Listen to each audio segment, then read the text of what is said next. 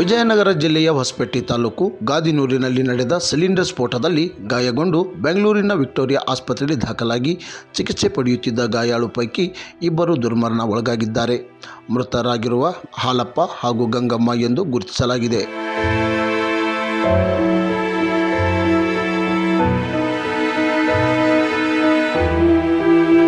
ಸಚಿವ ಜಮೀರ್ ಅಹಮದ್ ಖಾನ್ ಅವರು ಆಸ್ಪತ್ರೆಗೆ ಭೇಟಿ ನೀಡಿ ಮೃತರ ಅಂತಿಮ ದರ್ಶನ ಪಡೆದು ನಮನ ಸಲ್ಲಿಸಿದರು. ಸಚಿವರು ಮೃತರ ಕುಟುಂಬದವರನ್ನು ಭೇಟಿ ಮಾಡಿ ಸಾಂತ್ವನ ಹೇಳಿದರು.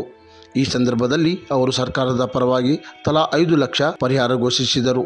ಜೊತೆಗೆ ಸ್ಫೋಟದಿಂದ ಹಾನಿಗೊಳಗಾದ ಮನೆಗಳನ್ನು ತಮ್ಮ ವೈಯಕ್ತಿಕ ವೆಚ್ಚದಲ್ಲಿ ನಿರ್ಮಿಸಿ ನೀಡುವುದಾಗಿ ತಿಳಿಸಿದರು.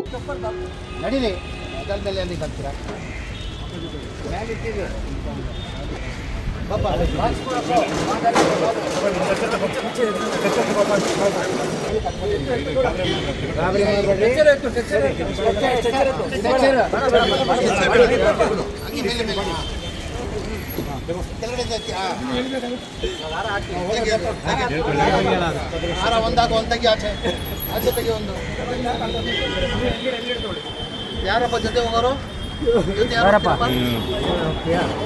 ಬರ್ತೀನಿ, ಹೋಗು. ಜೊತೆಗೆ ನೀನು ಹೋಗ್ತೀನಪ್ಪ,